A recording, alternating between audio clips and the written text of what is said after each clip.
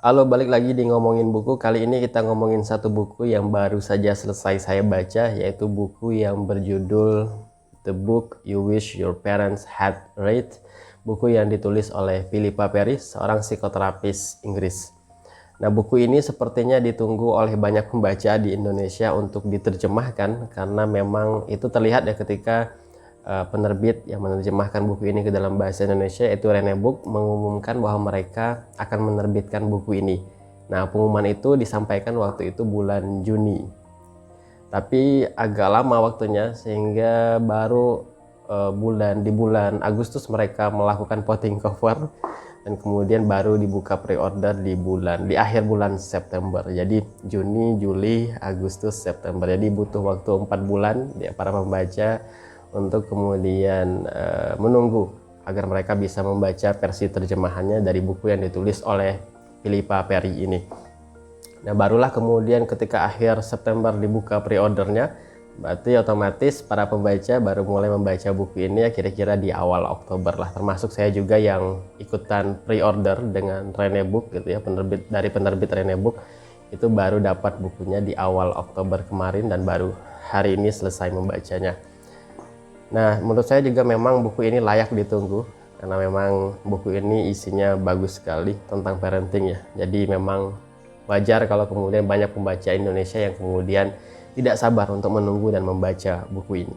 Nah, buku ini berisi 6 bab di luar dari bab pendahuluan dan epilog. Di bab pertama itu judulnya adalah Warisan Pengasuhan Anda. Di bab pertama ini dijelaskan tentang bagaimana pengalaman atau perasaan masa lalu kita, pengalaman atau perasaan masa kecil kita itu dapat mempengaruhi aktivitas parenting yang kita lakukan pada hari ini. Itu di bab pertama. Kalau di bab kedua itu judulnya Lingkungan Anak Anda. Nah, di bab kedua ini merupakan bab yang menjelaskan bagaimana upaya yang bisa kita lakukan untuk menciptakan lingkungan yang baik untuk pertumbuhan dan perkembangan anak, terutama lingkungan yang paling bisa kita kuasai dan kita kendalikan ya, yaitu lingkungan keluarga. Kemudian di bab 3 judulnya Perasaan. Nah, bab ini membahas tentang pentingnya kita merespon dan kemudian peka terhadap perasaan anak. Kemudian di bab keempat itu judulnya Membangun Landasan. Di bab keempat ini membahas tentang pentingnya menjalin ikatan atau membangun ikatan yang kuat dengan anak bahkan sejak masa kehamilan dan pada saat mereka masih bayi. Kemudian di bab kelima judulnya Syarat Mental Sehat. Di bab ini membahas atau lanjutan dari bab keempat ya, membahas bagaimana menjalin ikatan atau pentingnya menjalin ikatan yang kuat dengan anak ketika mereka berada di tahun-tahun awal kehidupan mereka.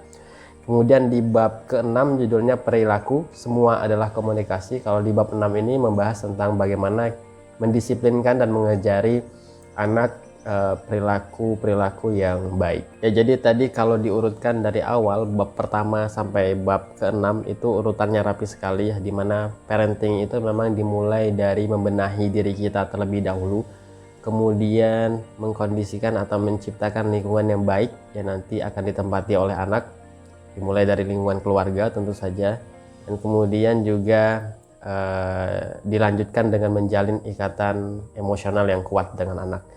Jadi kalau pondasi-pondasi ini sudah tercipta dengan baik gitu ya, maka aktivitas parenting yang lainnya, yaitu bagaimana mendisiplinkan dan mengajari anak untuk dapat berperilaku baik, itu nanti akan lebih mudah untuk dilakukan ketika pondasi-pondasi awal ini sudah tertata rapi. Makanya kata Philippa Perry, dia menempatkan prinsip-prinsip untuk mendisiplinkan dan mengajari anak untuk dapat berperilaku baik itu di bagian paling akhir, karena memang fondasi awalnya adalah membenahi diri kita, kemudian menciptakan lingkungan yang baik buat anak, dan kemudian menjalin ikatan emosional yang juga kuat dengan anak. Nah, dari sekian bab tersebut ada satu bab yang saya suka dari buku ini tanpa mengecilkan pentingnya informasi-informasi yang ada di bab-bab yang lain ya.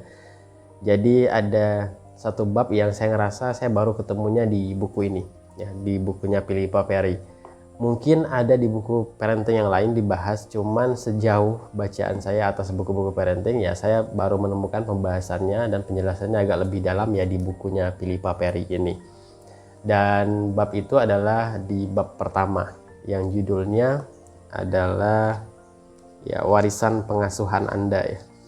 ya, warisan pengasuhan Anda. Nah, di bab pertama itu. Nah, bab ini membahas tentang bagaimana hubungan kita dengan anak yang terjadi pada hari ini itu dapat memicu perasaan dan pengalaman traumatis di masa lalu. Nah, hal ini dapat menimbulkan masalah dalam aktivitas parenting karena pengalaman dan perasaan traumatis di masa lalu itu kalau kita tidak menyadari dan berdamai dengan itu, maka kita malah melampiaskan emosi-emosi negatif itu kepada anak. Jadi ketakutan, kebencian, kesepian, kecemasan yang kita alami pada saat kita masih anak-anak yang mungkin itu muncul karena pola asuh orang tua kita pada saat itu.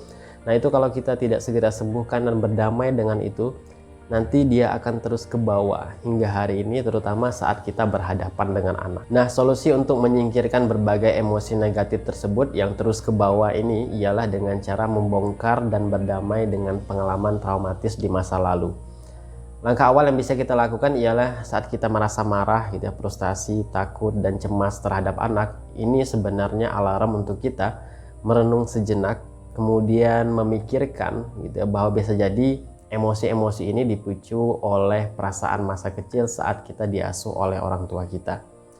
Jadi kalau ada emosi-emosi tertentu muncul dalam diri kita saat berhadapan dengan anak, nah cobalah untuk melacak masa kecil kita. Mungkin ada pengalaman traumatis yang tidak menyenangkan, ya, yang sebenarnya kita ingat jelas hal tersebut, tapi kita coba pendam hingga ia tertanam ke alam bawah sadar kita. Nah, untuk itu kita harus mengangkat itu dan kemudian kita perbaiki. Jadi kalau kita sudah menyadari hal tersebut, maka langkah berikutnya adalah memperbaikinya. Nah, memperbaiki di sini kata Philippa Perry ya dengan mengubah respons kita terhadap anak ya. Jadi kalau yang sebelumnya respon kita terhadap anak itu penuh dengan kemarahan dan kebencian, nah maka ubahlah respon tersebut. Bangun respon yang penuh dengan kasih sayang dan empati. Dan kedua, jangan sukar untuk meminta maaf kepada anak karena mungkin kita telah memarahi mereka atau melampiaskan berbagai perasaan negatif milik kita ke mereka gitu ya. Maka segeralah untuk minta maaf. Nah, inilah yang bisa kita lakukan untuk berdamai dan memperbaiki masa lalu kita. Dan ini juga termasuk barangkali cara kita berdamai dengan perlakuan orang tua kita yang kita alami saat kita masih kecil.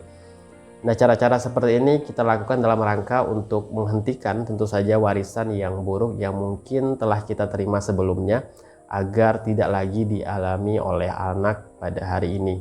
Dan harapannya nanti atau kelak ya anak membawa warisan yang baik ya yang sudah kita perbaiki pada hari ini. Nah, selain di bab pertama tadi, bab favorit saya juga ya, bab yang saya suka itu ada juga di bab 6 yang judulnya adalah perilaku semua adalah komunikasi.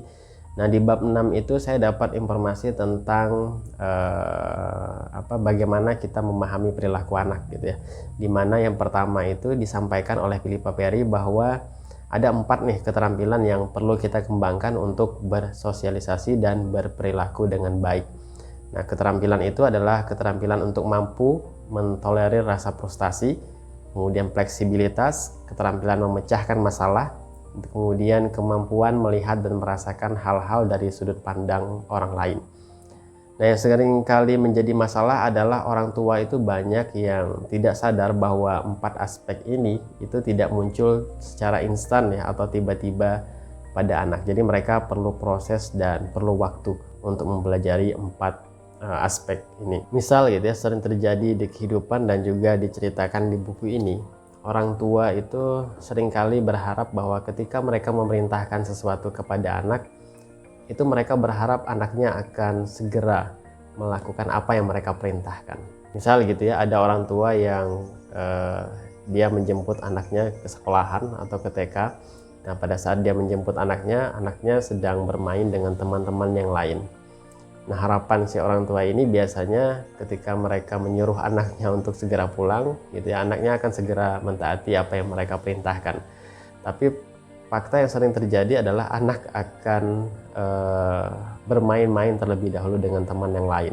Jadi sebenarnya kalau kita menyadari bahwa fleksibilitas anak itu tadi ya, 4 aspek keterampilan untuk berperilaku baik itu tadi, pada aspek fleksibilitasnya anak masih belum sebaik orang dewasa, maka orang tua ini akan memahami mungkin anak perlu waktu mungkin beberapa menit untuk kemudian memproses gitu ya, apa yang kita katakan, dan kemudian berproses untuk berpindah dari satu momen atau satu peristiwa ke peristiwa yang lain, yaitu dari bermain tadi ke peristiwa yang lain, yaitu pulang ke rumah. Jadi mereka perlu proses karena tingkat fleksibilitas mereka gitu ya untuk berpindah dari suatu momen ke momen lain itu belum sebaik orang dewasa. Jadi kalau orang tua yang paham, dia akan memberi waktu sejenak untuk anaknya memproses atau mencerna hal tersebut.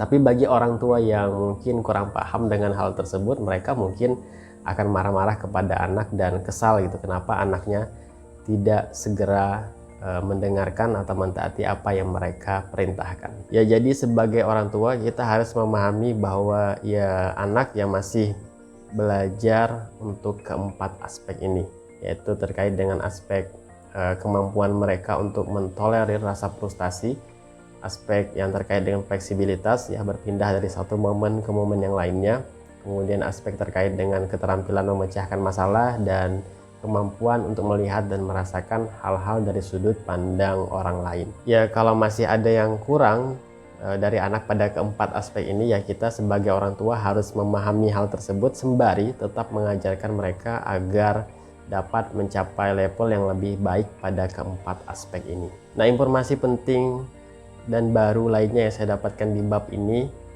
di bab 6 ini, yaitu saya belajar ternyata bagi anak gitu ya, perilaku yang mereka tunjukkan itu adalah cara mereka untuk berkomunikasi dengan orang-orang yang ada di sekitar mereka. Jadi kalau mereka menampilkan perilaku-perilaku yang tidak kita sukai, yang mungkin tidak kita sukai gitu ya, seperti menjerit, kemudian melempar-lempar barang, berguling-guling sambil menangis, tantrum, dan lain-lain, pahamilah bahwa itu merupakan cara mereka untuk mengungkapkan perasaan mereka atau mengungkapkan apa yang mereka rasakan gitu. Jadi alih-alih sebagai orang tua kita lalu kemudian menghukum mereka, memarahi mereka, membentak mereka atas perilaku tersebut, yang mestinya kita lakukan adalah mencoba untuk memahami pesan apa yang ingin mereka sampaikan dari perilaku tersebut, dan juga membantu mereka untuk menyampaikannya dengan cara yang lebih tepat. Oke, jadi itu aja ngomongin buku kali ini. Bagi kalian yang mencari buku-buku yang terkait dengan parenting, buku ini merupakan salah satu buku yang direkomendasikan.